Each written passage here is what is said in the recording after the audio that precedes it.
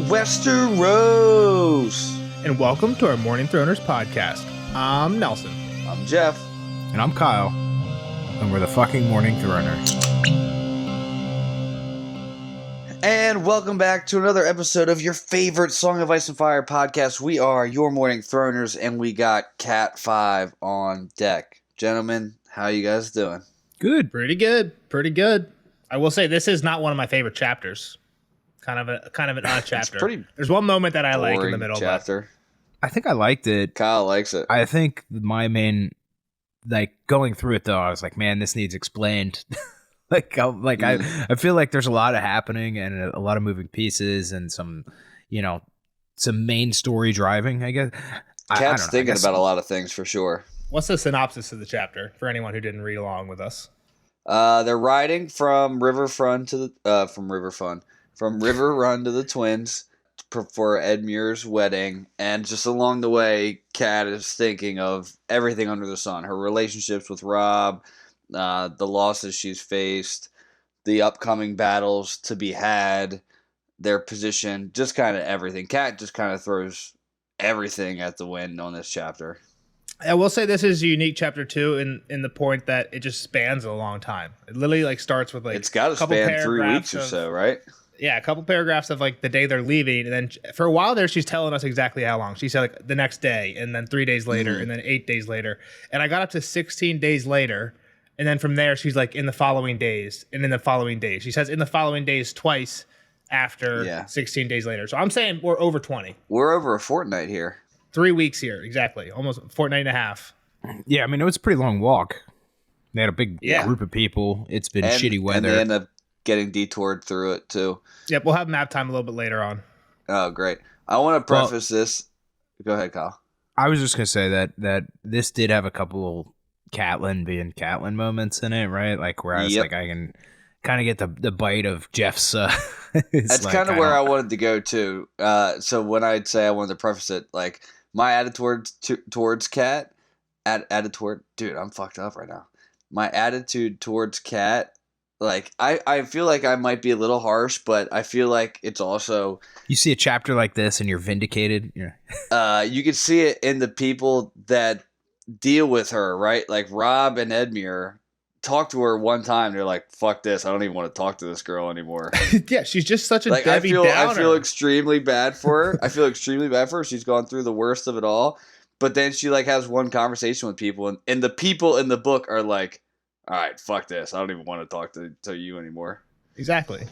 I think normally I'm trying to back up Cat, but I think she is just a super Debbie Downer this chapter. But I kind of think that's the whole point, right? It's literally raining the entire chapter. And we just talked about this chapter spans 3 weeks. And she's talking about it's pretty much pouring crazy. Every day. It's never rain unless you're in Great Britain or Seattle for 3 weeks straight, I'm sure. Can you imagine that 3 weeks of straight rain in our areas of the world? Oh, there'd be huge problems. It'd be brutal. Yeah. I wouldn't want to talk to anybody either. You know what is also crazy about Kat is that she is who she is, and I feel like she's pretty genuine. And then when she realizes that she didn't mess up, but stepped over the line. When she realizes that the people that she's talking to didn't like it, she's like, fuck, I fucked up there with my conversation. But she's just being herself, and she doesn't mean to, but then she's like, damn it, I just fucked that up. Honestly though, I don't think the Edmure one was so bad. It's just some of the other stuff she said to herself more that really got me a little. Yeah, I mean Edmure's Edmure. Yeah, I mean, we'll get to the Edmure one. But I think she even kind of retracts that to herself later. She's like, I was just kind of being a bitch there. She's like, who cares? It's not a bad thing if you want a pretty wife. I was that way once. I kind of was disappointed when I saw Ned the first time. She's like, maybe I was kind of being a bitch there. I think she kind of catches herself yeah, I guess I am kind of a negative Nancy. She's just being the negative Nancy the whole time. The Debbie Downer, negative Nancy. I don't know. And she's gone through a lot of shit, but Robb's lost all his family too. And you don't see him crying about it he did for a little bit, but he's over it. He's moving on now. One last thing on Kat before we start. She puts herself I've never made a mistake pedestal type of thing. I've got all this wisdom, but come on, Kat. You released Jaime Lannister. We all know. Yeah. We all know, Kat. You can step down now. Yeah. All right, let's get going. We'll hit the sentences in there that really get me going. There's a couple. So But yeah, so anyway, back to like the how we feel about it. Like it was good. I think this is kind of, to me, still the main storyline, and I mean, I'm sure to a lot of people, but I think there you could make arguments for other things to be the main storyline, but to me, that's why I like this chapter, I guess, is it really felt like it pushed that storyline forward. We've been kind of off on these side things for a while, and this one, You're just a Stark at heart, Kyle. I mean, and I think we've said this, or at least how I've interpreted it. Like a lot of their chapters are them. It starts with them, like it focused on them. So I still feel like they're kind of the main characters. Well, no, I see what you're saying, right? Like it makes sense. Like this is the war. This is like the important thing that's happened. Like the most important thing that's happening in the kingdoms right now. We've said it before. Arya's wandering. Like Arya's a Stark. But like it's almost like the chapters matter more because she's in the middle of the war, or at least like what the people making. Arya's literally wandering the Riverlands. Bran's literally wandering the north. Jon is also kind of wandering the north at this point. Right, like so all the others, like there are Starks that we care about all over the place. It's just like they're all just wandering. But we like started this massive event, and then like it just kind of like fizzled at King's Landing. Really, like that's kind of where we had stopped hearing about it, and that was half a book ago or something like that. Exactly. Yep. And we get like little tastes of it through the Arya chapters. Like we heard a little bit of something in the Arya chapter last time in dreams and visions that we get a lot more like concreteness of in this chapter, right? So like it's not like we're not getting anything about the wars in those chapters, but it's just like not nearly as much. Yep. Yeah. So I like that part of it, but at the same time, there was definitely like I'm like, wait, where'd this guy fucking come from? Where's this place? Where is he sending them? How does this work? We'll get there. But we'll cover it. So starts off with it talking Rob and his wife, and how she does not want to see him go, and Kat is kind of like, damn, I made this happen, like, but she has to stay. Yeah, they said goodbye a bunch of times. She even came in and like rode after them like an hour after they're gone. And now Rob's be like, please take me. And yeah, exactly like you said, Kat was the one that was like, no, you can't take her. Like that would be probably taken bad as an insult. It's lose, but that's the worst lose. Yeah. It's like, oh, you broke your oath, and here's the person that you you broke it for. Yeah, like leave her behind. And here's my wife. Yeah. And then the thing that kind of actually convinces him, which I think is cool, is like Rob's like, yeah, I'm gonna have to listen to some insults from this guy. I'll take it. And Kat's like, yeah, but you're not gonna be able to just stand there and not do anything while he's insulting her to her face. Like you're too much like Ned. And he's like, yeah, you're right. We should probably leave her behind. You're right. I am like that. That was pretty cool. That was cool. Yeah. I concur. Kind of wild of her to just drive out an hour on horseback to say another goodbye. For sure, in the rain. Like you couldn't have called him like 10 minutes out. Like, come on. You never done anything romantic, Jeff? I mean, that's very Jim and Pam of like going to the turnpike in the rain and proposing at a. I guess you could catch him because they're traveling with. They're moving a little bit slower. Yeah, wagons and stuff. Yeah. Hour on horseback though isn't like an hour in a car. I'm sure. Start hurting, I think. Yeah, and it sounded like the horse was pretty tired. So. And then it's like, all right, let's turn back around. But I'm sure if they had cameras back in the day, the ride home was probably longer. I mean, her ride's nothing compared to what these guys are on. 20+ day ride for sure. The rain. In the rain. I mean, just forget about it. It's in the rain the whole time. All right. So after that, we get some, side talk with Lame Lothar and Edmure and Kat. And Lothar's basically like, oh, she's really, really comely. Comely? I think they're talking about, like she looks good. Calmly. I think it's calmly. Calmly and homely is how I think you say those two. I only say comely because I listened to half audiobook on my ride home and the guy said comely. Well, so I've heard homely, so I just assumed it was comely, but I honestly have not. You hear homely more than comely. I thought it was comely too. I mean, I think it's like if I were to read it, I would read it like comely, but I think I've heard calmly most of the time. Anyway. Yeah, doesn't matter. They're basically saying like she's pretty. I think they're comparing Jean to Rosalind, who's Edmure's betrothed. Like, oh yeah, she's just like Jean's excited and Rosalind's excited, so she's probably dancing around right now, like talking about how she's excited to be a Tully, holding up red. Can't wait to be the Tully. Can't wait to rock the Tully colors and be running around River Run. It would be cool to like finally get to change your outfit. You know what I mean? Get to try out new colors. Not like you can't ever wear anything else, but like especially if you're like I don't think the phrase are silver or gray and blue. I guess silver or gray. I'm not sure exactly what it is. It's not bad. Like I like blue and gray. That's a pretty good combo. I mean, let's be honest. The only people that always wear their colors are the Lannisters. Like everybody else, like changes And up a Joffrey. little bit, but the Lannisters. Yeah, I guess well, Joffrey. Oh counts. yeah, Joffrey, Fake not a Baratheon. He was Lannister. supposed to be a Baratheon, but always wears Lannister colors. Yeah. yeah, Starks seem to always be in gray, but yeah. at least that's how I picture them. But They're just gray people. They're just gray Yeah. people. It's like in Halloween Town when in Halloween Town when they get changed to like grayness. You guys never watch Halloween Town. Are we talking The Nightmare Before Christmas? Is that where Halloween Town? that's what I thought too, Nelson. No, Halloween Town, like the Disney Channel extra. Okay. I have no idea what that is. I think there's a place called Halloween Town in Nightmare Before Christmas. I'm pretty sure that is the name, the main place. Yeah. That's where they're from. There's like Christmas Town and Halloween Town. Yeah. I've never seen Nightmare Before Christmas. This is Halloween, Halloween, Halloween. All right, enough. In this town we call home, everyone hails to the pumpkin song. Lothar's like, my sister's probably really excited, but Edmure, you don't seem very excited. Why is that? And it's obviously because Edmure doesn't want to marry the ugly Frey sister. Yeah, because the guy who's talking to Kat right now is Lame Lothar, who's Lame Lothar Frey. So he's like related to Rosalind. So he like Edmure's not going to say anything like super bad, like out They're in all front. fucking related, though. Like, I mean, like when your family's that big, you can talk shit on some of them. I'm just That's saying, my like Mark Piper seems to be like Edmure's like best buddy. Like yeah. if they were alone, it'd be like, oh, Rosalind is probably ugly as shit. Like they're not going to say that in front of Lame Lothar because he's like, I bet she looks like Lothar. Yeah. you know what I mean? So yeah. So he's like, yeah, why looking so down? How you feeling, Edmure? And even here, Edmure does kind of make a joke, just like, oh, I feel like I do before the stone mill. And Lothar's like, again, Lothar's like cool about it. There was the other Frey. I think it was Young Water. Rivers. I think it was Rivers. I think he was a bastard. Is it Brendan? Black Rivers or something like that. Walter Rivers? Walter Rivers. I think it was Walter Rivers. I think he was the one that also came with Lothar, and he was like, when they were having dinner, he was like, not having it. Like he was like, Yeah, he was very straight. yeah, exactly. Stannis. Yeah. So Lothar just laughed that off. He's like, I hope your marriage ends as happily as that battle did. And Kat had enough of them, and she rides off. Yeah. And then we think about Grey Wind's running around with Rob, which is pretty cool. But we think of the other Westerlings that are not in attendance coming to River Run.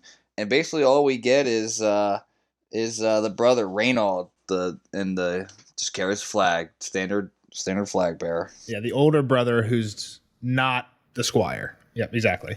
Yeah, and I mean, now's as good a time as any to talk about the whole, like, I mean, I've said I don't really get much of a vibe from the rest of the family yet, but like, so we do have some of that. This prophecy is about River Run, and they're inside River Run, and oh no, the Blackfish will hold River Run, but they got these people there, kind of traitors on the inside potentially. Be more explicit with what you're saying. Prophecies about River Run. I mean, what do you mean? Like like the whole prophecy was like that was just last chapter, right? The guy was looking at the fire, chapter. and like there's like What the old witch lady was saying? I think it was more Thoros at the very end. yeah, right? Thoros That's is where we like, hear yeah, I about saw a River sea of fire, and it was all lion right, claws right, at River right, Run right, or whatever, and so Yeah. now they have inside men essentially. So that might be a bad decision. That bites Rob. Run. Oh, you're saying leaving the Westerlings behind is bad because Westerlings can still be actually on the Lannister side. That's what I said. Yeah, I mean okay. to continue that whole. You like- allude to stuff a lot. You're like, I said it before, so I kind of. What you're saying you said before is that the Westerlings might still be on Lannister side. Well, I don't. So my problem is that I don't always remember exactly what I said. I know, but before. you can't take that cop out of just like you got to at least try and say what you said just to make it less confusing. But I mean, I don't think that's a cop out. I have said my doubt of their loyalty before. What if this is someone's first ever episode they listen to and they're like, "What? Do you, Well, okay. you should start at the fucking Well, that's beginning. just poor starting on your part. At least start at the beginning of the book. Like, come on, don't start mid book here. At least the first cat chapter. But yeah, that's what I was getting. All right, yeah. So Westerlings are away. A lot of them, a couple of them are off doing some trading. Right, we're That's a good trading point. prisoners. Yeah, several of them are in River Run to Kyle's point, but yeah, not all of them. Rolf Spicer was sent to deliver Martin Lannister, who was the other twin that wasn't murdered in the Karstark attack. Right? I think it was Willem. Who are they trading for? Glover. They're trading for Galbert Glover's brother, Rebecca Glover. And Kat's like, yeah, this is a great move by Rob. Great political move. Rob was tired of having to like watch over this Lannister kid, afraid that he was going to get murdered because the other one got murdered. So the other thing about this guy, the reason that Kat relates this to Greywind is this guy, Rolf Spicer. Rob's like, yeah, it's weird. Greywind does not seem to like this guy. And Kat's like, get him out of here then. I don't want him near you if Greywind doesn't like him. And Rob's like, really? No, like, he's cool. Trust me, he's fine. And Kat's like, please do this for me. He's my cousin. Like, don't do it because of Greywind. If you think that's crazy, just do it because I'm asking you. And Rob's like, okay, fine, if it'll make you happy. So she says here, like, yeah, they were gone, and Greywind was back where he belonged by Rob's side type thing. So that's why that relates. Like we said, Rebecca Glover's the one that's getting traded. And yes, Abel, who's the mom, Jean's sister, Elena. And then Rob Squire Rollum. Stay behind. Yeah, I guess it's nobody super important inside, but I don't know. I just feel like anybody could stab Blackfish in the back. Yeah. Or just, yeah. Who knows? Poison. There's a couple girls that might use poison. Woman's weapon, exactly. As custom dictates. I thought it was a little weird that they couldn't have taken the Squire because they were worried that the Frey Squire of the past would be upset because he's no longer Rob Squire. Yeah, I mean, I think they're just trying to be as, like, not cause any confrontation. Right? Yeah. It's definitely similar to the whole wife thing. Like, here's your replacement. Like, kind of weird, right? Can you have two Squires? I don't see why you couldn't. Yeah, but I mean, like, one is your wife's brother or cousin, and the other one is. I'm just saying, if we're like making if like we're friends with the phrase again, like just take him back on as your Squire. Maybe that's what they're intending. Right. Or like you could give him to somebody else. There's plenty of other people here that could take a Squire. Give him to Edmure. Yeah. Exactly. I don't care who. I'm just saying somebody here of importance could take him. Okay. All right. So the next part I have, Nels, is them just talking about kind of how they are set up on the march. And they got 3,500 people. They're spread out in scouts. Galbert Glover's got the scouts. Then you got the van led by the Great John, Umber. The main deal, which is where Kat's at. She's always surrounded by her guards. Then there's the food and shit. What do they call that? The baggage train. But it's almost more fitting that you called it the food and shit because the person in command of that is Sir Wendell Manderley, who's like they're the fat guys. They're all fat. The one guy's too fat to sit. This guy's dad's too fat to sit a horse, and Kat says that this guy's not far after. So it's kind of funny that he's the one guarding the food. Yeah, well, I would have completely forgotten about so that helps too. Like I said, when I'm reading through this, I'm like, I know these names. Again, I think it's just kind of like a little tiny mini joke that George threw in for people but like how would you read it the 4 times. Like when off topic, but like when you read through the first time, did you catch any of that? Like, do you think of this stuff? No, I definitely wouldn't have caught that Wendell is the fat guy. No way I would have remembered that. Okay. And we've heard of him maybe once before. Well, we've heard him a couple times because they were definitely up at that maybe his son or something was at Brand's thing, and it was like he's not as fat as his dad, or I mean, there's definitely been a couple times we talked about it. But anyway, I actually got the Mannerleys and the Mallisters confused for a little bit today. That's the hardest part about reading this book for sure. Nels, what's the Manderley's house called? House Manderley, is that Seaguard? Manderley's White Harbor, and Mallister is Seaguard. White Harbor, fuck. That's northeast. Is that accurate? Yeah, northeast from where we are. It's kind of the southeast of the north. And wait, where are the Mallisters at? Right next to the twins. They're at Seaguard, to the left. Gotcha. That's. Oh wait, so the Mallisters aren't north people, are they? No, Mallisters are river run people. Okay. They're river lands people. And White Harbor is not nearly as far north as I thought. For some reason, I thought it was like on the wall, but okay. Yeah, White Harbor is one of the southern. It's basically the White Harbor is the port in the north. It's like the port in the north. Yeah. All right, let's move on. We got a lot of chapter to get through. Yeah. Nels, what's next? Yes, we talked about how they're set up. Robin Flint was the rear guard. I don't know if we'd mentioned that. Yeah, they had some sheep and shit, and then the rear guard. Yep. Yeah. And pretty much everyone who's with them had been with Rob the whole time. So this is veteran crew, yeah, right? Exactly. That's kind of what the point of this is. Like, these are some solid dudes. Yeah, been here since the Whispering Wood. Pretty much stayed with Rob the whole way. Yeah, they've fought in all the battles and whatnot. They've been loyal to him. And this is kind of the first part of... No, it can't just being like, my 2 dead sons, an empty bed, and a castle full of ghosts is all that awaits me. Like, we're going to Edmure's future, but my future sucks. Fucking castle full of ghosts. Yeah. Yeah. And it just rains and rains and rains. She's wishing Brienne would bring the girls back somewhere in there. And yeah, it just keeps raining. Next, day 2. That was one of the first ones where I was like, oh, shut up, Catelyn. Like, Brienne, oh, Brienne, where are you, Brienne? Like, I don't know. Like, man, you did this dumb shit. Like, you brought this all on yourself, kind of. Yeah, Arya might have been 2 chapters ago. Wasn't the last one Jamie? Yeah. Yeah. So Brienne's been through some shit. Give her a break, okay? I'm not saying. I know. I'm saying Brienne. Cat. I'm saying Cat. Yeah, exactly. Yeah. I'm like, Cat is like, hurry up already. Yeah. I mean, again, it's not like she's like text messaging this girl. She sent this girl on like Mission Impossible Yeah. and expected results in like a week. With fugitive number 1, right? Yeah, like, exactly. Yeah. So day 2, she ends up riding a little bit with Mage and Daisy Mormont. So we get a little bit of the female line of the Mormonts, which I think is pretty cool. I think we learn more about them later on. They're just like, hey, we like to fight. Yeah. They're like warrior people. Mage, who is she married to? Anybody? She had to be, right? She has a daughter, so I don't know who she was married to. Do we know who her husband is? I don't have who her spouse is. She is sister to Sibling the to bear? Gior. Yeah. Exactly. Gior. She's Jorah's aunt. Yep. Gior's sister. Yep. Yeah, they were more understanding in the Jaime Lannister thing. Like they didn't seem to. They kind of understood, I guess, where she was coming from on that a little bit more. Mm-hmm. She kind of thinks about them like in comparison to Brienne, that they both like that they act kind of like more warrior than women, but she thinks that these two look more comfortable in either than Brienne does in either, as both a warrior or a woman. Like Brienne always kind of looks like uncomfortable in like what she's doing. And as we learn about it, like these women had to learn to defend themselves, where like Brienne was just like, I'm going to be a knight type of thing. Which is crazy though, because like Brienne seems pretty sweet, right?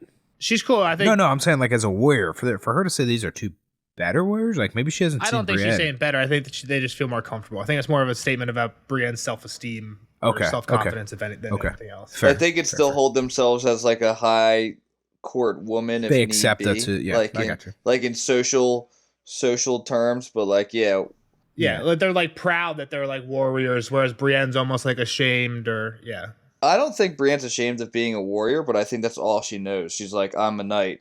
Where she's ashamed she's a female warrior. She knows she's gonna get mocked for it, so she. Yes. But I think that the part of I think the part of Kat talking to them kind of leads into her talking about like how the Northmen need the faith that they have in the king. For sure, and she also says like because they tell her Rob won every battle, but he's lost everything else is all she can really think. Yeah, exactly. He's like sure he's good on the field, but shit's still fucked. Yeah, even if this wedding goes perfect and we get everyone like the whole game back together, we're still got Greyjoys to the north, Lannisters to the south, like rock and a hard place still. All right, so the next part we get is Edmure and Mark Piper somehow pop back up. And this is where we really start to talk about, like, oh, is the girl going to be pretty or not? And Kat gives the advice that, look, Cersei's pretty, but she's the worst. So, like, don't be worried about if she's pretty or not. Be worried about if she's going to be loyal and strong for you and be a good wife and mother. And Edmure's just like, shut up. And rides off again. He didn't take that well. He wants a good-looking girl. Yeah, he didn't like hearing that. Which again, I think Kat has a good point here. But even like she says later, like, I don't think it's wasn't a bad the time thing for it, right? It's not what he wanted to hear. Well, I mean, you can want someone who's good at heart and want someone who's not a total troll, right? It's not too much. Yeah, to be fair to Kat, though, it seems like Edmure's only worried about if she's good looking. That's true. Like he doesn't give a shit about anything else. I know, but at the same time, like he's getting thrust into this weird position. He's not happy to be here. And if the worst he has to say is that I hope she's not ugly, like, I mean, Kat can kind of, like, that's not that bad thing to say in this situation, right? I see where he's kind of coming from. I see where Kat's coming from, but at the same time, then she says, like, that wasn't the time for it, right? Like, who cares if I was right? I shouldn't have said that to him. Yeah. Beauty is in the eye of the beholder. And that's where it goes to her. She's even like, yeah, I was kind of disappointed when I saw Ned. I expected him to be like a younger Brandon. What she describes him as, Ned was shorter and plainer of face and so somber. He spoke courteously enough, but beneath the words she sensed a coolness that was all at odds with Brandon, whose mirths had been as wild as his rages. So I think we've kind of heard about this before. He's like a hothead. Ned's a hothead? No. Brandon. Oh. Yeah. Wasn't that kind of how he ended up dead, right? Like, do we know the story of that? It's been a while since we touched on that. We know the very end of the story, how he died. Oh yeah, he like his dad was on fire or something. Roasted in his armor, and he had like a noose thing around his neck with a sword in front of him that he could have saved him, but that's right, strangled himself. Okay. So never mind, he didn't die in a some crazy incident that I mean, he caused. he could That's have what just I'm sat back and watched his dad burn, Yes, and then he would but have been fine. no. But And to Kat's point, she's like, "But I learned to love Ned. You know, we made love on our wedding night. Made Rob first try. Good for them. yeah, And weird boast or weird flex. That's what it is. Weird flex. humble brag. Is that humble brag? Just a straight up brag. Not very humble. I mean, she's thinking it to herself. And then she was like, "Oh yeah." And as he came back from war, like I start to love the little idiosyncrasies of Ned's being, right? And I ended up loving him more and more. Yep. And this is interesting because she's comparing this to Edmure's relationship, because Edmure's pretty much in the exact same boat. He's about to marry this girl and then ride back off to war, right?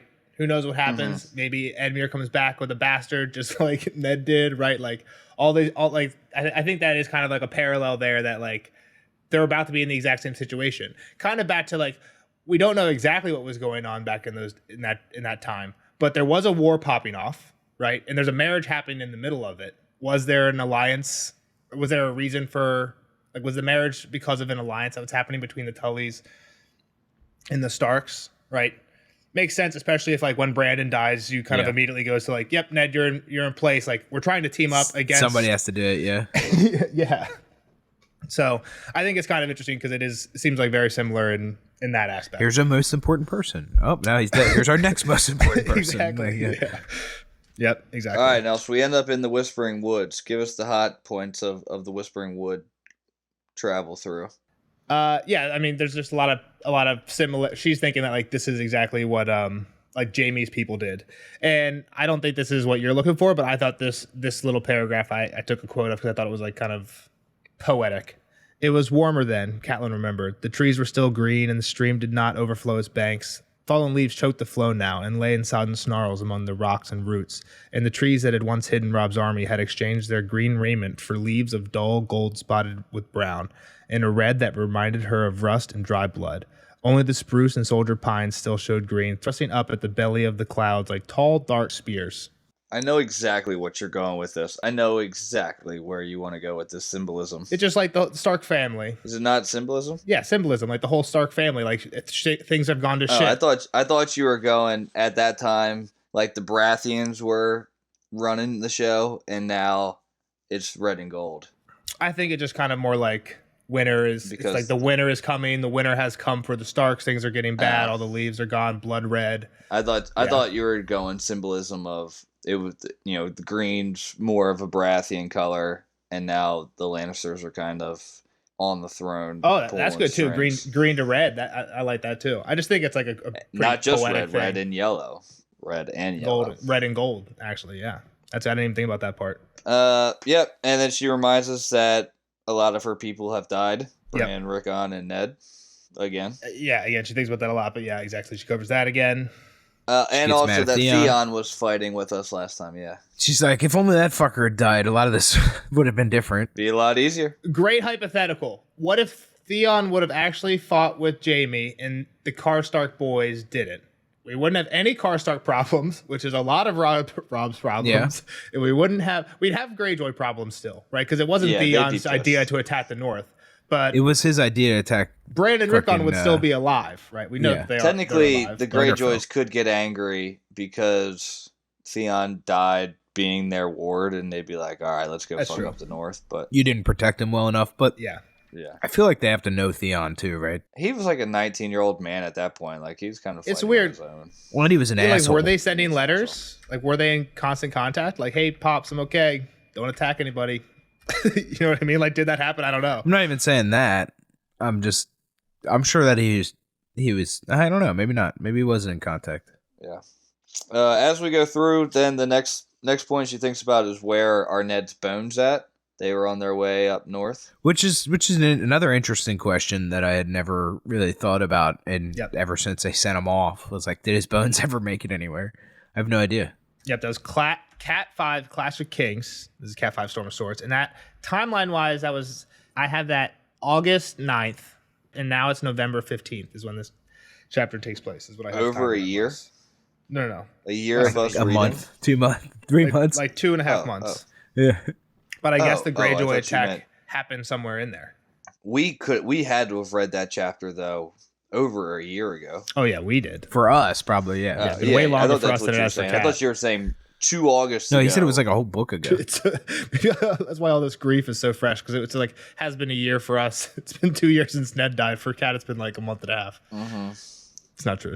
It's been. All right, so we meet up with the scouts, and they're like, "Hey, we got some trouble. All of the bridges are gone."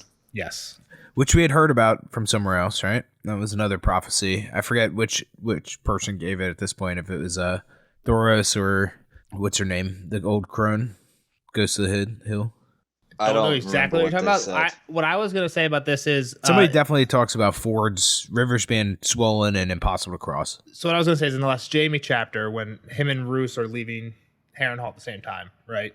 Yeah. Roose basically says, like, yeah, I got to get out of here pretty quick because weather's bad and I need to be able to cross the river to get to the King's Road, which is what Robb basically thinks later. He's like, I hope Roose isn't dealing with all this bullshit, like broken bridges and stuff. Hopefully he got to the King's Road and he doesn't have to go trucking through the muck like we do. That's what I remembered about crossing swollen rivers was when he mentioned it. But. It's possible. I remember it being said. That's all I'm saying, I guess, at this point. All right, let's keep pulling on. They end up saying that they have to take this tough ass detour, right? Yes. Through some bogs and shit. It's gonna be a longer route. Well, my favorite part is she's like, "There's a bridge further up at Old Stones," and like, "No, that's gone too." And then they end up at Old Stones anyway later. Like, who? Okay, this is a good time to look at the map, I guess, because that does sound weird, but it makes sense. I mean, it makes sense because that's along the river. It's north on the river. Like, I get it, but like, yeah, like I don't know. They were like, the way it kind of came out was like, it seemed like they were saying, "No, we don't have to go to Old Stones," and then they ended up at Old Stones. All right, big map here today. Holy, I can't even see. So we got river on here, down here. All right, so basically where these guys, you can kind of think of it as they beelined it kind of straight to Fair Market. Mm-hmm. Maybe a day or two before there, they decided, oh, fuck, the bridge is out, because they heard riders, so they didn't actually make it the whole way there. Then they're like, fuck, we're going to just go around this whole river now. They're going to try and cross here and then go up that way. Nope, now it's time we just got to go kind of around through these bogs to get to the Twins. These bogs above Old Stones, north of Old Stones, I'm guessing that's what they're calling Seven Streams and Hagsmire, which is like kind of the shitty areas that they end up going through, which is kind of where the chapter, I guess, ends. So, yep, that's kind of where they go. Old Stones. I guess the other thing to mention while we have the map up is Seaguard and the Twins, like we mentioned earlier, Iron Islands. And I think he gives commands for Jason Mallister, who's the Lord of Seaguard, to take some ships around the Cape of Eagles. Yep. Into the Neck and go to Greywater Watch, which is the moving castle of the Reeds, which is Bran's friends. Bran's friend's dad. Exactly. Cranogman. Cranogman. Yeah, exactly. So I was like, well, how's he going to fucking get in there? There's no river there, you idiot, Rob. And then that's the first thing the guy says later. It's like, those rivers are uncharted. Yeah. I was like, oh, okay, fair enough. The castle's moving. Yeah. Nobody knows how to get around in there. But Rob's banking on... Skipping way ahead, aren't we, if we start having that discussion? Rob's basically just banking on, like, get close enough and they'll find you. But yeah, I guess you're right. Yeah, we're jumping a little bit ahead. So, yeah, they're like, oh, we're going to be late. And Rob's like, what are you going to do about it? Like, Walter's going to be pissed, whatever. So what if he's pissed? We can't. We're going to be late. Like, we can't get there any faster than we're going to get there. So I'll apologize for that. I'll just be apologizing for fucking everything. Apologizing for everything, exactly. I'm just a sorry king that says sorry for everything I do. Yep. And that's when Robb mentions Roose's people, and Robb's just excited to get his whole army back together. And Kat's like, what are we going to do once we get the whole game back together? And he's like, north. And I like that Robb says they're going to go north while he's scratching Greywind. It's like, time to go back home, baby. He's the going home, the buddy. Symbol of the north. Exactly. Yeah, exactly. Back to where we belong. And it's like, are we going to Catelyn? Rob's like, that's one way we could go. Like, wink, wink. I'm not telling you my plans. But then he tells the plans later on. So it just wasn't time to tell the plans. Yep. So this is 8 days later. So now we're 16 days into the trip. Actually, I don't know at this point. Else, hold on. I don't think he had the plan in place yet, right? Because I feel like a little bit of the plan might have had to do with what he learned. For sure. On. For sure. I think the news definitely impacts the plan. All right. So, yeah, let's get the Old Stone. They do a lot of pointless. I don't know if it's pointless. I'm just saying. Pointless. Because it's taking a long time. But crazy. Well, so Old Stone, there's some weird stuff where she reminisces about Littlefinger again. Obviously something in that relationship isn't as bad as it seems, I guess. Like, I don't know. She seems to really like him still. I think it's just memories, maybe. I don't know. It's really weird.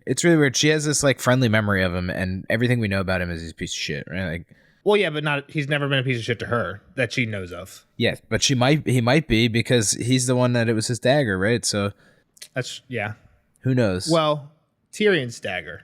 But didn't he win it off him or something? I forget what happened. I forget. Yeah, I forget what we know about that too. It was definitely no. We knew about they both argued over it was bet on Jaime or something, but it was bet for Jaime, and Tyrion would never bet against Jaime. Yeah, okay. I don't think we know exactly whose it is. Okay. Yeah. Yeah, I think that's correct. All right, so we're at this Old Stones deal, and there's this burial site in the middle of the deal. It used to be a really cool ass castle kingdom, the castle of the Riverlands, almost, right? Or what do they call it now?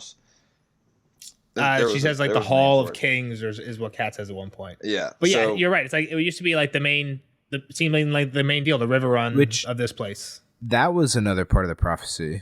I remember that saying. The Hall of Kings is part of the old crone, I think, or I forget the ghost of the hill. I thought she said something about that in her dream. There's sorrow in the Hall of Kings. Hall of Kings, though. I don't know exactly what we have. I'll look it up. Hold on. Okay. In the Hall of Kings, the goat sits alone and fevered as the great dog descends on him. There we go. So there you go. That's what I'm talking about, right? So I'm just every time I'm seeing Hall of Kings in these chapters, like that's what I'm thinking of. So I think this is interesting. We kind of riddled that part of that prophecy out. Yeah, we thought we did. Yeah, it was Harrenhal and the goat is Vargo. Yeah, and I think it's interesting because Harrenhal is kind of similar. I think there's a parallel between this place and Harrenhal, which I think is kind of why that's interesting because Harrenhal was the house where the Lords of the Riverlands sat. Like before River Run, like I think River Run was a castle, but they like bowed to Harrenhal, right? They paid taxes to Harrenhal, but then Harrenhal got fucked up. So then, when Harrenhal got fucked up by the Targaryens, the Tullys were kind of like, "Hey, we'll be your friends as long as we get to be the new ones in charge," right? So the Harrenhal used to be like the Hall of the Kings of the Riverlands. And before that, this place was the Hall of the Kings of the Riverlands. They're okay. Like this is like an even more ancient Harrenhal, right? This is what Harrenhal before Harrenhal. Exactly. The other interesting thing about this place is Arya was just in a ruined village, right? Like a village, not a ruined castle, but a ruined village. And then Bran and Jon, like everyone, literally all the characters that we've had recently are just places with no roofs. Even Jaime was just in Harrenhal, which isn't quite as ruined, but again, like I'm saying, like I think there's a parallel. It was just melted by a dragon a couple hundred years ago. I mean, people, it's hospitable. People can shelter from the rain there, but exactly, it's ruined. Yeah. Yeah, some of it's not so great. All right, so we come up to the middle of Old Stone. I just thought one cool thing. It's probably called Old Stone. Like it probably had a different name, right? But exactly, they've taken the stones from this castle to make the town around this place. So it's kind of like ancient Rome. I'm saying that's a cool thought. Didn't Arya mention something like this too in the village that she was at? Because that village was even from like Hoster had destroyed that village, right? So that was from the Robert's Rebellion is the time of that villag's destruction. And I think Arya said that even that village, some of those stones had been taken to go build other buildings nearby for. I mean, probably right. Like, why go look for other good fucking stones? That's stones hard as out of shit. the dirt would have to suck. Yeah, if you got a big pile of them somewhere, just get a donkey and they're already square. They fit together and stand. Like hell yeah. Exactly. Yeah. All right, so Kat walks through and finds Robb sitting at this gravesite, which is Christopher, the fourth of his name, King of the Rivers and the Hills.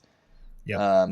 She's known about this story a little bit. He's got some cool tales about being in 100 battles and winning 99 of them, and he only lost his last one. Yep. Seems like he had a hammer. The Hammer of Truth. However, now we are skipping the song that I didn't want to skip because this was something else the old lady was talking about. Yep. So she said, "Oh, my Jenny's song," and then finally we get a little bit more of it, right? Like last time you were like, "We don't ever find out the name of this" or whatever. Yeah. So this is I was actually confused on this, and I'm not sure. And I actually was trying to look it up, and I couldn't find a clear answer. Is this the name? What Robb says here? Robb says there's a song about this place, Jenny of Old Stones with flowers in her hair. Is that the title or are those lyrics? That sounds like a long ass song. That's a long ass song title. I mean, there are long songs. Scenes from an Italian. I mean, I guess scenes from an Italian restaurant's even shorter than that, just bigger words. To me, that's Jenny of Old Stones is the song name, and then he's like saying that with the flowers in her hair, like that's kind of like part of the song. The next line, maybe. Yeah. The flowers in her hair thing is weird because let me see. Actually, I never thought about this before. But that song that Tyrion always thinks about, that's always like with some bullshit in her hair. It's about seasons, right? Isn't that about like I think the title of that song is called "The Seasons of My Love," and the verses we know are: "I loved a maid as fair as summer with sunlight in her hair. I loved a maid as red as autumn with sunset in her hair. I loved a maid as white as winter with moon glow in her hair." And what Rob says here is Jenny of Oldstones with flowers in her hair. What's left? Summer? Spring? Spring is the one that we're missing. Yeah. You could, if you replace Jenny of Oldstones with "I loved a maid as blank as spring" with flowers in her hair. It's interesting because I think they are different songs, but they sound similar. Because I thought Rob was saying lyrics, but I think it could work as a title too. You're right that it's a long title, but I think it could work either way. So yeah, I guess let's go real quick. I'll go back to that Arya chapter and see what we got about that. Not much. Just that's the only song she ever wants to hear from Tom. the old crone. Yeah, that's good enough payment for my special dreams. Yep, that's pretty much all we hear. Yeah. We didn't get much out of it. That's why I was kind of wanted to make sure that I got a point for connecting to. Not completely stupid. Yeah, no, good point. That's a good connect. Great connect. All right, let's talk about Trist for now a second. I know you're geeked up. So I actually don't have much about the guy. What I think is really interesting is like the symbolism, right? Of we go up and we have this like the gravestone. I think it's called a sepulcher. Yeah, some crazy name that I wasn't gonna say. But like the weather has worn all the features off, so you can't even tell who it is. So I think that kind of shows it's like just like the generic ruler, right? It's just the generic king, right? And it's like it's like weathered. There's roses growing up through it. It's cracked, like miscolored. It just reminds me, and you guys are gonna call me a huge nerd, but it was on my mind because we were talking. I was actually talking about poems with a guy at work the other day. Well, you're a bigger nerd now. And there's like one of my favorite poems. One of my favorite poems that we learned that I remember going over in high school. It's called Ozymandias, or Ozymandias, I guess, depending on how you say it, by Percy Shelley. And I'm gonna read it because I think George basically copied this poem and turned it into like a few of these paragraphs. Wow, plagiarism at its finest. I met a traveler from an antique land who said, "Two vast and trunkless legs of stone stand in the desert.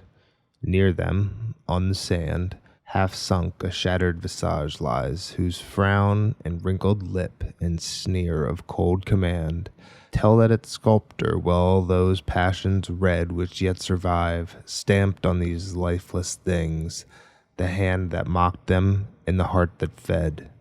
And on the pedestal these words appear: My name is Ozymandias, King of Kings. Look on my works, ye mighty, and despair. Nothing beside remains. Round the decay of that colossal wreck, boundless and bare, the lone and level sands stretch far away." So it's basically like this guy comes on a ruined statue in the desert. It kind of actually reminds me of like all these statues that the Dothraki take back to their place. Yep. But it's ruined, but there's nothing around the statue but desert. And in the middle of it is this statue that says, "Look on my works, ye mighty, and despair." But there's nothing there. Like this king thought he would the shit that he did would last forever, but nothing. All that's left is crumbling broken statue. statue. Nobody even. Exactly. Yeah. I have to just think a few of the like as Kat talks about the statue, how the face is worn, you can't see anything. All that's left The kingdom is ruined. The kingdom is literally nothing but ruins. Exactly. You can't even read the name on the hammer anymore. Kat only knows about it because her dad told her. A random guy who came up wouldn't even know this guy's name.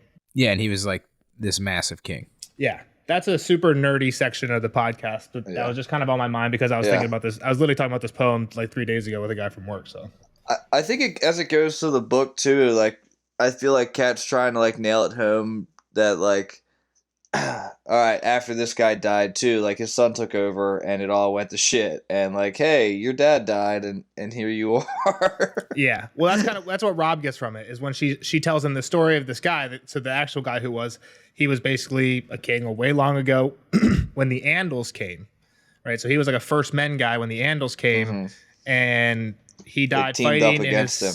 Yeah. And his son took up his sword and his son just wasn't as good and he died. And Rob's like, yeah, his heir sucked. Who's gonna win a 7v1? Let's be real.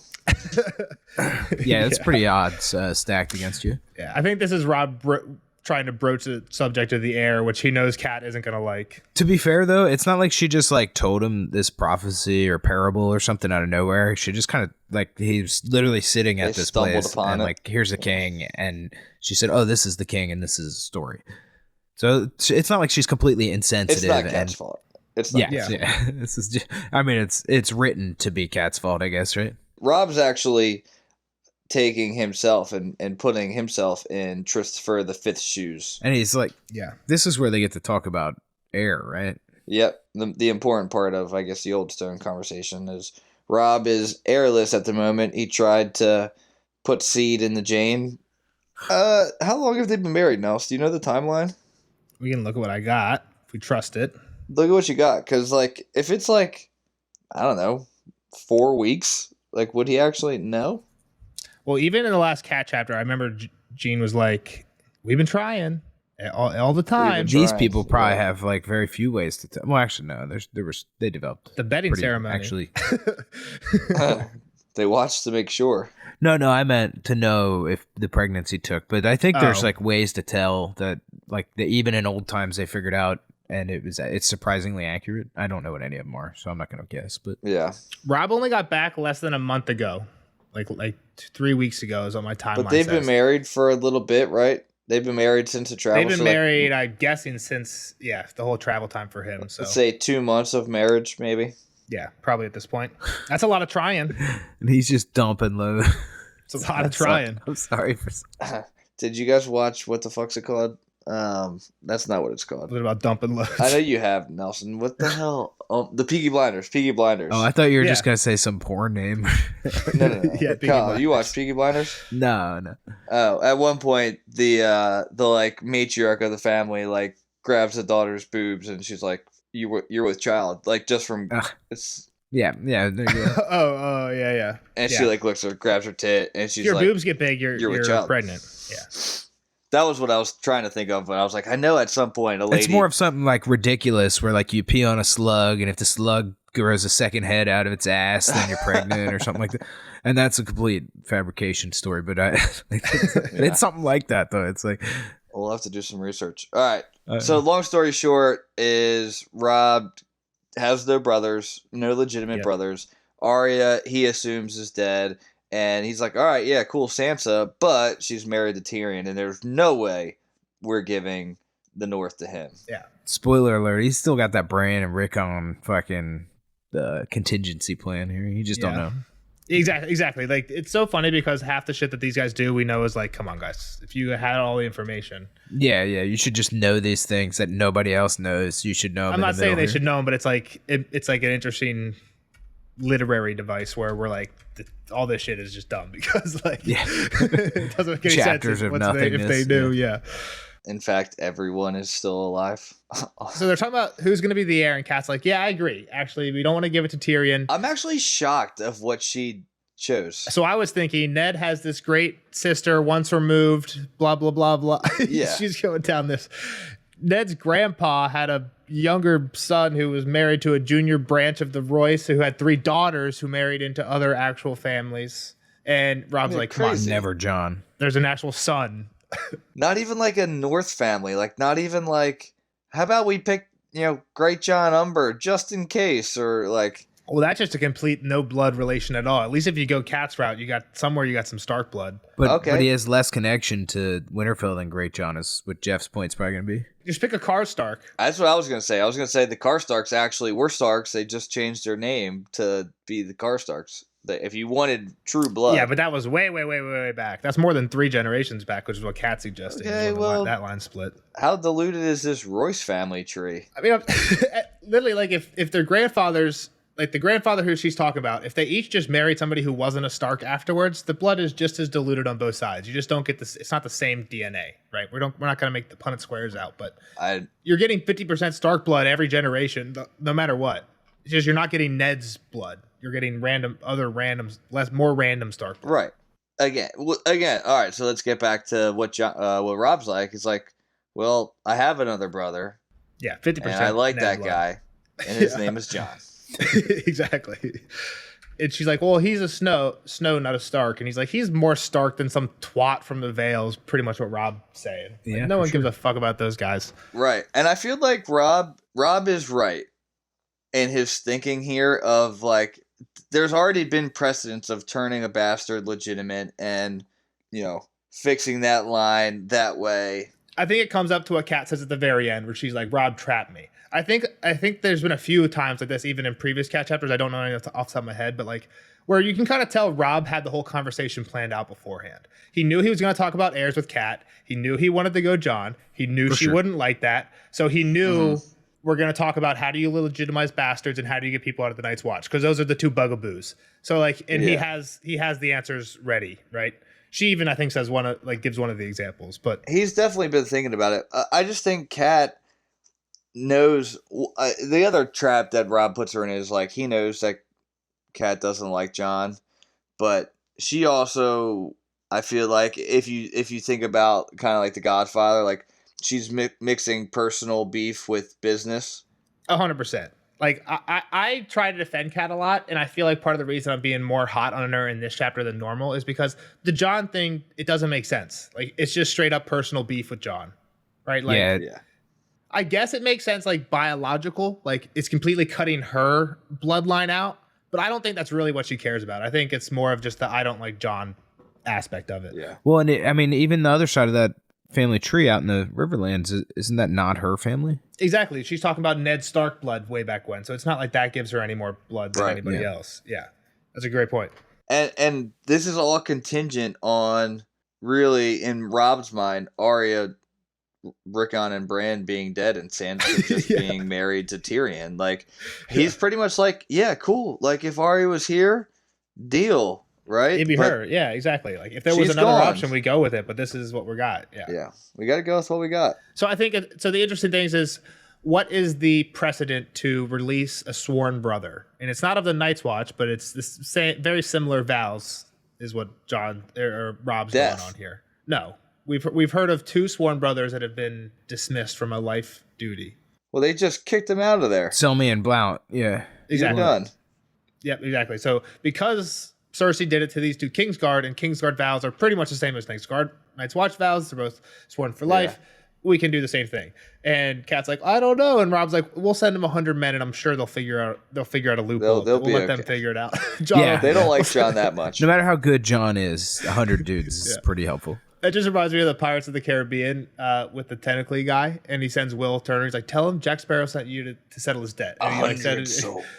he's like, "Oh, so we've settled. We've decided the principle's okay. Now we're just bargaining on the price." And that's when they end up 100 souls to one. It's like, yeah, Jon Snow is the Jack Sparrow. We're gonna send 100 souls up to get him out. Yeah, exactly. That's what I was thinking of here.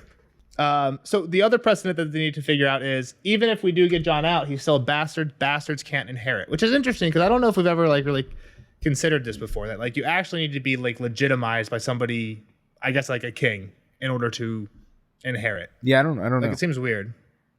Like, weren't we talking about like one of the Dustins? Like was it who was it? One of the ladies in the north, the one that Ramsay captured and made her eat her fingers. I don't remember what her name was. Thornwood? Something like that. Everyone was trying to marry her, right?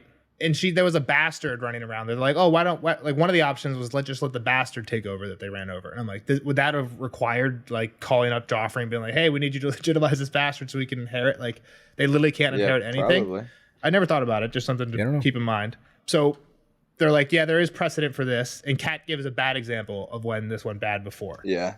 Which just, I understand Kat's point of Aegon this the too. Fourth. Yep. So what's the egg on the fourth thing, Kyle? Sorry, Jeff, to cut you off, but No, Jeff. What's Kat's point about this? So Aegon the Fourth legitimizes all of his bastards, and then I guess Kyle knows enough about this. I don't know if we know anything about this actually. Okay. I think we've heard of one of these. We've heard this name before. She says, House Blackfire pretenders troubled the Targaryens for 5 generations. We've heard of one Blackfire before. I don't remember that name. This felt like a new name to me. I don't know what I should and shouldn't say now, so you finish it. But pretty much what she's saying is like, sure, I mean, even if I trust John, Yeah. The problems that Kat's bringing up is like, if you legitimize John has kids, Yep. Where do they fit in line if Rob ends up having kids, or where do they believe that they fit in the line, and it just causes Exactly. inner turmoil? Exactly. You get along with John. What happens if you legitimize John, then everything's fine. Everything's fine with Danny. Nothing bad happens to you. You have kids, and then your kids take over, and then John dies. What if John's kids don't get along with your kids? Now they're legitimate Starks, and if they rebel and kill all of your kids, technically they're next in line because they're Starks. Or You're giving them a reason. Yeah, you're putting them in the line. Where right now they're just completely not. The in weird line thing at is all. though, like to me, it felt like you would legitimize John after, right? Like John is legitimate now, and he gets the land. Like why wouldn't that be? You'd write like a stipulation into the will where it's like John's only legitimate if something bad happens to Rob. Yeah. Otherwise, John stays a bastard. Yeah, I hereby legitimize John would be sheet 1, and sheet 2 would be yeah. the keys The to Winterfell, or the contingency deed to Winterfell, right? Like, Yeah. like why not? Like, I don't know. That's what really caught me off guard about that. I thought it was just more of the dilution or at later on, but I do see that this is implying Rob and Jane are still alive somehow. Like I said, I don't know. It seems weird to jump the gun and legitimize John just now. Yeah. Yeah, well, yeah. And then Kat's other, like, oh, yeah, like, you trust John. Sure, like, you like John, but you also like Theon, and you see how well that went. And that's just, like, a dagger to Rob's heart. Which is a great point by Kat. It's a great point. Yeah. Give her credit. Like, where you're credit's due. trusting people too much, maybe. She gave him this spiel that she's giving him about John, about Theon already. Like, do not send Theon. Literally send anybody else. Like, I'm cool with you if we want to send someone to the Greyjoys. Just don't send Theon. I'm gonna break on that though from you guys and say that John is. I mean, I guess maybe. Well, no, we hit the end chapters. John is way different than Theon. Yeah, we know that, but I guess I see how Kat sees it. Like to her, they're the same. They're just Rob's friends. Neither of them. And she you know what I mean? hates That's how kind of she sees them both as just Rob's She didn't friends. like either of them. Okay. Yeah, and if anything, she liked John less. Yeah. And also, she's also speaking of, like, her first example was a thing that lasted 5 generations of turmoil. So, with the Blackfire deal. So, Yeah. So to get back on that, I'll just mention what we've heard about Blackfire before. We've heard about a person called Daemon Blackfire. The first time we heard about him was when Stannis was going over a list of treasoners. Like, they're all treasoners, just like all these people from history who paid for their lives for treason. And this guy, a person with the last name Blackfire, Daemon Blackfire was one of them. And then in a Jaime chapter, Jaime 5, Jaime's talking about basically giving the history of the rebellion. It's bath time with Brienne. It's that chapter. Okay. Jaime says that after the Battle of the Bells, Aerys realized that Robert was the biggest threat to House Targaryen since Daemon Blackfire. So we don't hear what the threat was. We hear that Aerys is basically taking Robert seriously. The last serious threat we had was this Blackfire guy. And then he gets slewn on the stepstones. Well, or at least his family gets slewn on the stepstones. yes. Slain. Yeah, 5 generations later, his family gets ended on the stepstones by our boy Barristan. Well, I mean, I don't know when Daemon came. He could be the last generation. How do I know? That's true. Nelson. all right. Rob's pissed, runs off. Couple days later, we end up with the Mormont girls again. Rob's running around the next couple of days. He's everywhere. He's scouting. He's in the van. He even runs back to the rear. Kat says he's looking as, like, skinny as his wolf. Like, wolf. I caught myself there. Wolf. He's just maybe not sleeping at all. He's just kind of going through it right now. Worried about everything. It's like the president effect. How, like, you're only in office for 4 years, but it looks like you age like 15. Like, Rob's That going is through pretty it right crazy to see that. It also, they always Some look of those like pictures are crazy. they're like 65 and they actually look maybe like 50, like, Yeah. you know, and then it's like, oh, wow, you're actually 75 years old. That's crazy. Yeah. A couple things just before. I think it's cool how Rob ends the conversation on the air. Kat's like, "Don't ask me to agree to this." And he's like, "I don't have to ask. I'm the king." I'm the king. Peace. Mic drop. Mic drop. Exactly. Just walks off. And Kat thinking back, we mentioned earlier, she's like, "Damn it, I'm just speaking the truth, but I'm pissing off everybody. Like, why are Rob and Edmure so fragile? They can't hear the truth." And it's like, which again, like, she's not wrong. her points are valid in both times, but she even admitted, I was kind of being a bitch to Edmure, and here to Rob, like, I think I think she's being, like you said, she's bringing personal feelings into business. This is personal, Michael, not business. So yeah, she is speaking truth, but also both of her judgments are slightly not 100%. It's not the whole truth, nothing but the truth. Her judgment's clouded. Yeah. All right, so we get with the Mormont girls. Mormonts. Yep. They talk a little bit about their history of women on Bear Island.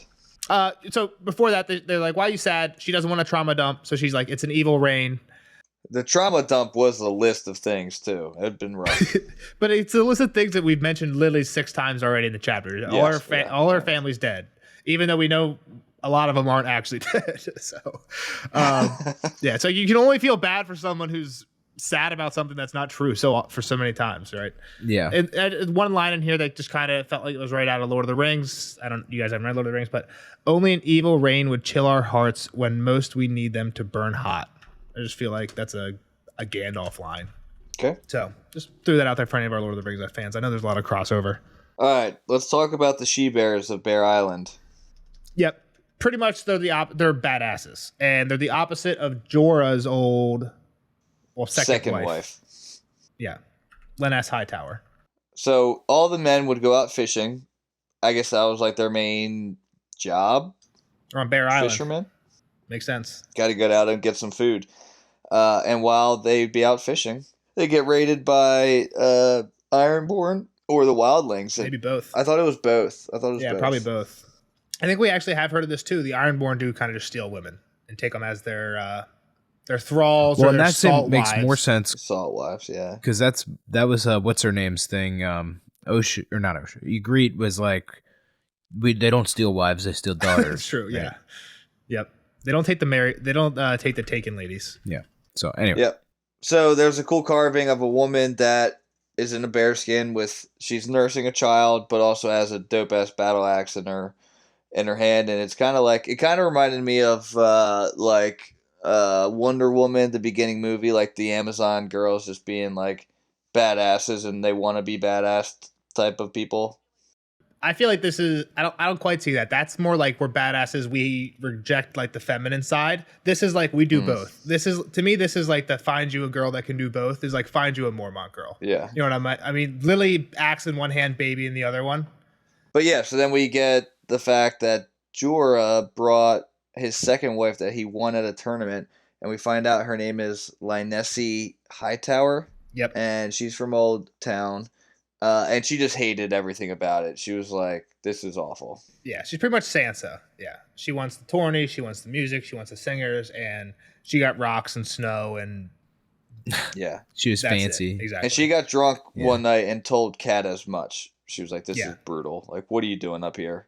And Kat's like, oh, I've come to like this place. Yeah, Kat's like, oh, he's like, I was once like that, and then I grew to love it. You could love it too. But then everything I love is gone. If only I could use an axe. But I've lost 2 sons, my husband and my 2 daughters. Yeah, broken record Kat. Yeah. Again, she's gone through some bad shit, but yeah, it is just a way to jump back to that. Yep. All right, then we meet up with Jason Mallister. Yeah, they're losing wagons, they're distributing load, they're making their way, but it's not pretty. But yeah, exactly. This is the important part. Jason Mallister comes up, and he's got the captain of the Miraham, who we have seen before. What? Whoa. Nelson, are you telling me we've seen this random guy before? Yes, I am, Kyle. Hang on. So there was a description. You got through his description of the soft ground sucked at the hooves of the horses like a hungry babe at its mother's breast. Like, that's just a strange, vivid description of like the situation. Yeah. I don't know. It was just a weird one. Love it. So yeah, we have Captain of the Miraham. We have seen this guy before. This is the guy whose daughter Theon was banging on the way to. Oh no! On the way to Pike. That's who took Theon. Yeah, and then they kept him. They kept him hostage.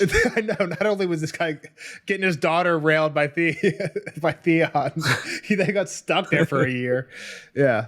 So that's just bad luck by this cat. All right, so he brought news of Balon Greyjoy's death, which, Kyle, you knew. Yeah, I mean, that's a prophecy. Okay. Yes, exactly. The Kraken King is dead. All right, Nelson had that one in his notes. Yep. And who showed up the next day? None other than his brother. And they're like, oh, Victorion? Nope. The weird guy, the pirate, Euron. Yep. Which I don't know that I knew about this guy's existence. His name was in my notes, but we definitely haven't heard a lot of him. One mention. Yeah, I mean, it might have just passed in. Yeah, his brother's Victorion and Euron. The only mention I see is that when Theon first gets to Pike, he says he looks for the silence and is glad he doesn't see it. So, and we hear later that the silence, I think we do hear later, the silence of this guy's ship. Right here we hear it. Yeah, yep. Do you want to read Euron's description, Nels? Euron, Crow's Eye, they call him, as black a pirate as ever raised a sail. He's been gone for years, but Lord Balon was no sooner cold than there he was, sailing into Lordsport in his silence. Black sails and a red hull, and crewed by mutes. He'd been to a shy and back, I heard. Wherever he was, though, he's home now, and he marched right into Pike and sat his arse in a sea stone chair. Drowned Lord Botley in a cask of seawater when he objected. That was when I ran back to Miriam, slipped anchor, hoping I could get away whilst things were confused. And so I did. Here I am. All right. So, long story short, for the most part, is that the sea stone chair is open, and Rob's kind of like, oh shit, all of the Greyjoys now are going to be going back to fight for this chair. Yeah, I mean, they have a situation kind of like me, is what he was really thinking. Like, they have to go home now, too. But we bypassed, one of those rickety-ass bridges that Theon always seems so scared of is his undoing, right? Death. Exactly, yeah. It just broke during a storm. And then he washed up 2 days later. Yep. Yeah. All right, so this kind of news is good news for the North, right? They're like, oh shit, all right, great. These Iron Men, some of them are going to have to bail. Maybe not their whole force, but the important ones are getting the hell out of there to go fight for their right to be king of the Iron Islands.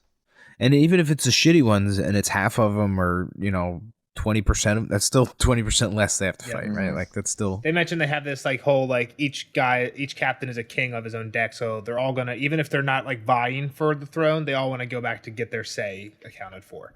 So, yeah, this is good for us. There's gonna be way less people to attack. So, I think this is where Rob starts going over his plan. Yep, so let's get over He's about to send 2 cats off. One's Mage Mormont and one's Galbert Glover with a message for Deepwood Mott. With just message for the North, with his commands for the North, but the actual messages, physical letters they're carrying, are fake news, fake commands, fake news. They're gonna have the real commands. That way, if they get captured, they're like, "Oh, this is what I was gonna say." This is all I have. That's what they were. It's not what they were gonna say. Yeah. So basically, he wants Hallen Reed to send some dope ass scouts to come down and help him take a special forces unit through the muck of Deepwood Mott, which is impassable. Not Deepwood Mott. Deepwood Mott's way up north. Greystone. Yeah, that's one of the yeah. What'd you say? Isn't it Greystone or something? Moat Catelyn. Greywater Watch. My bad. Greywater Watch. Greywater Watch is where the Reeds are from. Moat Catelyn is where they're trying to attack. Well, but that's what he's saying is take the places from Greywater Watch. Yeah, we're gonna go meet up with the Crannick men at Greywater Watch and go through the swamps that they inhabit. Yeah, that's how we're gonna get north. Yeah, that's how we're gonna get. And north, we're gonna backdoor. We're gonna just pull a backdoor on B. This is kind of like domination in Call of Duty. You got A, Greywater Watch. B is Moat Catelyn, and they're gonna be at C, the Twins. How do you get B? You can't just run through the front door all the time. You gotta send somebody around back. Well, you're an idiot for having A and C, but call that flank. You should never have A and C. You always got to hold B. That's not what we used to call it back when we played Call of Duty. Halo A and C is very viable. Fuck B. Just take A and C. No, B is if you control B, you win B. Usually, you win. Yeah. If you have B, you win. I get the 3 of those places confused too, Jeff. Like the names and Deepwood Mott. Yeah. See here, I'm doing it again. Moat Catelyn and Deepwood Mott, I fuck up those 2 just because I don't know Moat Catelyn. And yeah, Mott, it's confusing. It's all very confusing. Yeah. Yep. So, but the main plan is on New Year's Day. I don't know if they know this, but isn't this also supposed to be Joffrey's wedding day? On Joffrey's wedding day, I believe so. Well, it's like the new century too. It's not just the New Year, right? Yeah, exactly. Big day. Great John's gonna take most people and just take them right up the King's Road, hammer them from the south. Boots on the ground. He's got boots on the ground, knocking on the front door. Rob's got the special forces. They'll disappear, come out on the other side. Bang, open the back door while they're busy with the front door.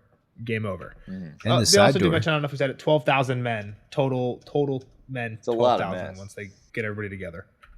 Also, interesting thing I think about the plan for New Year's, right? Part of the reason to attack on New Year's Day is because They'll be all drunk of or them hungover. will be hammered. Exactly, they'll be hungover. It's Which the is same thing Danny did. Yeah. Exactly. Which I mean, I feel like that's like a pretty like common low IQ tactic. Like not low IQ, but like doesn't take much to think of, right? Like, hey, they partied last night. Now's the time to go fuck them up.